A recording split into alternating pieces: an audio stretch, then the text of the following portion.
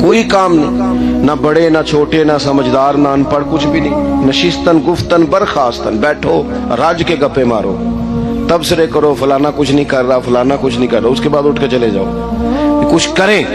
وعملوا الصالحات، نیکیاں جمع کریں زندگی میں، خزانہ بنائیں، خزانہ. اپنی ڈیوٹیاں اپنی ذمہ داریاں پوری کریں. ہر وقت کام، ہر وقت ذمہ داری، ہر وقت ڈیوٹی. دیکھیں نا امام حسن اور حسین، ان کی آپ کبھی زندگی کا مطالعہ کریں. فرض نماز کے علاوہ 100 رکعت نماز نفل روز پڑھنی ہے. پتہ کرنا ہے غریب کہاں کہاں ہیں، ان کا خیال رکھنا ہے. اور نیرے پیسے نہیں دینے. ہمارے لوگ غریبوں کو پیسے ضرور دیتے ہیں، عزت نہیں دیتے. ان کو 4 پیسے کی مدد ضرور کر دیتے ہیں، پر عزت نفس کا خیال نہیں رکھتے. امام زین العابدین رضی اللہ تعالیٰ عنہ فرماتے ہیں، گزر رہے تھے، آپ دیکھیں نا، امام غزالی حدیث لائے ہیں کہ بندہ اور کچھ نہ کرے، کسی مومن کا دل راضی کر دے تو اللہ 60 سال کی نفلی عبادت کا ثواب عطا کرتا ہے. دل بدستاور کے حج اکبر است، از ہزارہ کعبہ یک دل بہتر است. کسی کا دل خوش کر دینا، اس کو راحت دے دینا، اس کو قرار دے دینا، اس کے لیے کوئی ایسا سامان کر دینا کہ بندہ مطمئن ہو جائے، سکون ہو جائے. یہ ہمارے ہاں جو لوگ ہوتے ہیں نا، سرکاری ملازمین، ڈیوٹیوں والے، ان کی طبیعتوں میں تلخی ہوتی ہے. یہ اگر صرف پیار کرنے لگ جائے نا، میں کچھ میڈیکل سے وابستہ لوگ میرے احباب میں سے ہیں، تو میں ان سے کہتا ہوں کہ شفا تو اللہ نے دینی ہے، چلو تم دوائی تو آج کے دیا کرو نا، تم آنے والے کی بات تو توجہ سے سنو. وہ بیچارہ اپنی بات، ہمارے ایک بزرگ تھے تو تعویذ لکھا کرتے تھے، بڑے عالم تھے. مجھے کچھ تھوڑی سی نا میرے دل میں ان کے بارے میں خفگی رہتی تھی کہ آپ اتنے بڑے عالم ہیں، آپ کتاب لکھیں، آپ تعویذ لکھ رہے ہیں، اور پھر لوگوں نے کمائی کرنی ہوتی ہے، آپ تو مفت دیتے ہیں سارا کچھ. اتنی لمبی ڈیوٹی، سارا دن بیٹھے رہتے ہیں آپ اور لکھتے تعویذ ہیں، پڑھائیں آپ. میں نے ایک دن ان سے گزارش کی، میں نے کہا شیخ آپ بڑے آدمی ہیں، جن لوگوں کو اللہ نے رسوخ فی العلم عطا فرمایا ہوتا ہے ان میں سے آپ ہیں. اللہ نے آپ کو پختگی دی ہے، علم میں شعوری عالم میں آپ، سارا دن تعویذ. فرمانے لگے یار میں تعویذ نہیں لکھتا، اصل مسئلہ یہ ہے کہ جو تعویذ لینے آتا ہے وہ اپنا سارا دکھ سناتا ہے. تو میں تعویذ نہیں لکھتا، میں نہ بس لوگوں کے کلیجے ٹھنڈے کرتا ہوں. میں کسی کا، اب تو بچوں کے پاس ٹائم ہی نہیں، وہ تو ابا کا دکھ نہیں سنتے، بالکل نہیں. وہ تو ڈھونڈتے ہیں کوئی کونا ملے تو جا کے موبائل دیکھیں، تو بیٹھتے ہی نہیں. اماں کہہ رہی ہوتی ہے کہ پتر کو 10 منٹ میرے پاس بھی بیٹھا کر، لیکن پتر مصروف بڑا ہے، ویڈیو چڑھانی ہے اس نے، ٹک ٹاک بنانا ہے اس نے نئی تصویر چڑھانی ہے. ہم الجھ گئے ہیں. یہ چیزیں انسان کو نفسیاتی طور پر کمزور کر دیتی ہیں. جو لوگ زیادہ یہ کام کرتے ہیں ان کے حافظے کمزور ہو جاتے ہیں، وہ الجھ جاتے ہیں، انہیں پتہ نہیں ہوتا رات میں نے کیا کہا تھا، صبح میں کیا کہہ رہا. ہر وقت نہیں، ضرورت کے وقت، ہر ٹائم نہیں، مخصوص اوقات میں. حضرت امام زین العابدین رضی اللہ تعالیٰ عنہ فرمانے لگے، ہم گزر رہے تھے، امام حسین ساتھ تھے، تو رستے میں نا کچھ غربا، غریب لوگ بیٹھ کے کھانا کھا رہے تھے. کہتے ہیں ہماری ان پر نظر پڑی تو انہوں نے حضرت امام حسین رضی اللہ تعالیٰ عنہ سے کہا حضور آئیے، تشریف لائیے، کھانا کھائیے. وہ ضروری نہیں ہوتا آپ کو سب کا کھانا پسند ہی آئے، ٹیسٹ اپنے اپنے ہوتے ہیں، یہ ضروری تو نہیں. کھانا پسند نہ بھی آئے تو دل تو پھر بھی راضی رکھنا چاہیے. قربان جائیں، نبی پاک نے کس طرح ہماری تربیت کی. حضرت عائشہ صدیقہ رضی اللہ تعالیٰ عنہ فرماتی ہیں، کریم محبوب کا میں نے یہ طریقہ دیکھا کہ اگر کھانا نہ پسند ہوتا تو چھوڑ دیتے، پر کبھی اس میں سے نقص نہ نکالتے، عیب جوئی نہ کرتے. گرمی کے موسم میں کھڑی ہے بیچاری خاتون، اور کتنی مشقت سے اس نے کھانا بنایا، اور کتنی گرمی سہی ہے چولہے کے سامنے، لیکن صاحب وہ کھانا رکھا ہے تو وہ کہتے ہیں یہ تو کی پکایا، وہ کھانے والی چیز ہے بھئی، اس طرح کرنا. اب جو اگلی انڈی ہے وہ تو پکا، نہ تو کھڑا ہو، یہ پتہ چلے یہ کام کتنی مشقت کا ہے. زندگی میں کچھ تھوڑا سا دوسروں کا خیال رکھنا یہ بھی تو دین کا حصہ ہے نا. آپ اپنی زندگی میں ہمیشہ اپنے لیے سوچیں، کسی اور کا سوچیں ہی نہ. تو میرے عزیز یاد رکھیں گے آپ، امام زین العابدین کہتے ہیں نبی پاک صلی اللہ تعالی علیہ وآلہ وسلم نے نا حضرت امام علی مقام کی، امام حسن اور حسین کی اس طرح سے کچھ تربیت فرمائی تھی کہ غریب پروری ان کے اندر رچ بس گئی تھی، مزاج بن گیا تھا. وہ غربا بیٹھے تھے دسترخوان بچھائے سڑک کے کنارے، تو امام حسین گزرے تو انہوں نے آواز دی، امام صاحب روک گئے، کہنے لگے حضور تھوڑی روٹی نہیں کھا لیتے ہمارے ساتھ؟ تو امام صاحب آ گئے، نیچے بیٹھ گئے غریبوں کے ساتھ. کوئی جرت کرے نا، چلو امیروں نے تو غریبوں کے ساتھ بیٹھنے کی جرت نہیں کرنی، کوئی پیر ہی بیٹھ جائے غریبوں کے ساتھ، وہی مہربانی کر دے کہ میں پیر صاحب ہوں قبلہ ہوں تو میں ہی چلو لنگر کھا لو مریدوں کے ساتھ بیٹھ کے. ہماری تو محفلوں میں بھی نا جی نعت خانوں کا، مولویوں کا، دوسروں کا کھانا اور ہوتا ہے، اور غریب آدمی کو شاپر میں چاول ڈال کے دیتے ہیں، ساتھ اسے کہتے ہیں یہ لنگر شریف ہے. بھئی اگر یہ شریف ہے، تبرک ہے، تو اے پیر صاحب نو نہیں سی لنگدا، پڑتا ہے گلے میں لنگر ان کو. یہ لنگر شریف جو ہے یہ نعت خاں کو بھی تو گزرنا تبرک ہے کہ نہیں؟ ہاں نہ تو کرو نا. تو جیڑی زیادہ تبرک والی شیف ہے وہ پیران نو بھی تو کھانی چاہیے نا. نعت خاں کو اس کے لیے لہدا سے مرغ مسلم اعلیٰ کھانے. میں اکثر دوستوں سے کہتا ہوں چلو میلاد شریف پہ ہی صحیح سب کے لیے اچھا کھانا پکاؤ. چلو جس غریبوں کے بچوں کو بیچاروں کو سارا سال وہ بوٹیوں کے لیے لڑتے ہیں، تم میلاد بھی اچھی روٹی پکا دو تو بچہ جب کھائے گا نا بہت ساریاں بوٹیاں اور چاول، اور اپنے ابا سے پوچھے گا کہ ابا جی آج کی گل ہے، بڑا گوشت پہ لبد ہے. تو ہو سکتا ہے غریب باپ رو ہی پڑے اور اسے کہے پتر تو آج راج راج کے کھاج ساڑھے نبی پاک دا میلاد شریف ہے. تو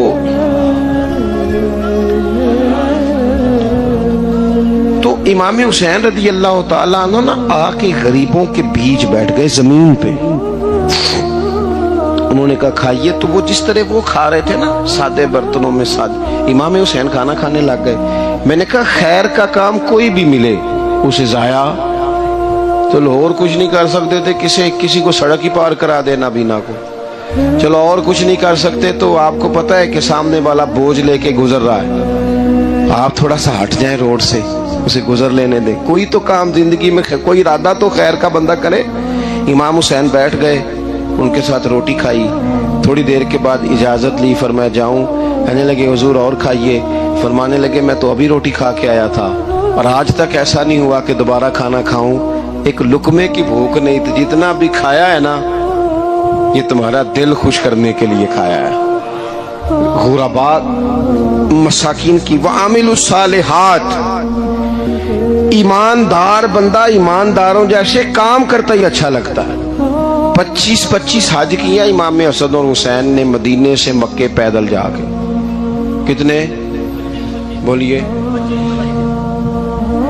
میں کہتا ہوں چلو ہم باجماعت نماز ہی پڑھ لیا کریں. چلیں حضور صلی اللہ علیہ وسلم نے فرمایا فجر کی نماز پڑھ کے بیٹھ جاؤ، اشراق چاش تک اللہ کا ذکر کرو، 2 نفل اشراق کے 2 چاشت کے پڑھ لو، اللہ 2 حج اور 2 عمرے کا ثواب عطا کر دے گا. مشکل کام تو نہیں ہے، مشکل تو ہاں ہی نہیں کیتی تھے، یہ مشکل ہے. ویسے یہ کہ آنکھ کھل جائے تو 25-30 منٹ 40 منٹ موبائل پہ گزر جائے وہ تو سوکھا ہے، یہ مشکل ہے. دوستو نیک اعمال ان پر کوشش، اہل بیت نے ہمیں سبق یہ پڑھایا ہے، حضور کے اصحاب نے ہمیں سبق یہ پڑھایا. تیسری بات فرمایا وَتَوَاصَوْا بِالْحَقِّ. صرف یہ نہیں کہ تم نماز پڑھ کے تو بیٹھ جاؤ، تم نے نا بے نمازی کو نماز کی دعوت بھی دینی ہے. مظلوم پر ظلم ہوتا رہے اور کونے میں چپ کر کے بیٹھے نہیں رہنا، بلکہ اگر ہاتھ پکڑا جا سکتا ہے تو ظالم کا ہاتھ پکڑنا ہے. نبی پاک علیہ الصلوۃ والسلام نے فرمایا اپنے بھائی کی مدد کرو چاہے وہ ظالم ہو یا مظلوم ہو. بھائی کی مدد کرو چاہے ظالم ہو یا مظلوم ہو. تو صحابہ نے عرض کی یا رسول اللہ صلی اللہ تعالی علیہ وسلم یہ مظلوم کی مدد تو سمجھ میں آتی ہے، یہ ظالم کی مدد کیسے کریں؟ نہیں سمجھ آ رہی ہے آپ کو بات کی؟ یا رسول اللہ صلی اللہ تعالی علیہ وسلم، مظلوم کے ساتھ کھڑا ہونا تو ہماری عقل میں آ گیا، تو ظالم کی مدد کیسے کرنی ہے؟ نبی پاک صلی اللہ تعالی علیہ وسلم نے فرمایا ظالم کو ظلم کرنے سے روک دو، تم نے اس کی مدد کر دی، اسے باز کرو۔ لیکن ہم تو اتنی جرت ہی نہیں رکھتے بدی کو بدی کہنے کی، اتنی طاقت ہی نہیں ہوتی۔